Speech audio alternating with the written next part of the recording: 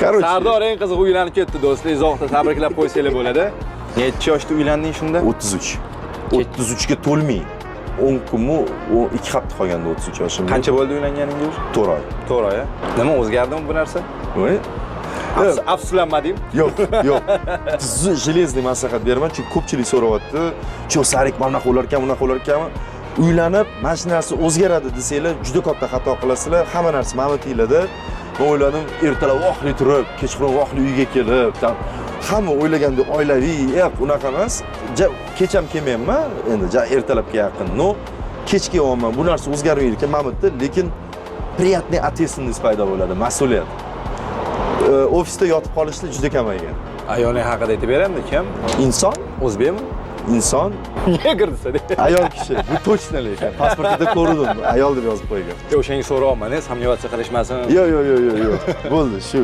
Zo'r turmush Uni baxtlimisan sevgi bo'yichami? Естественно. Oyun qilsanmi? Однозначно.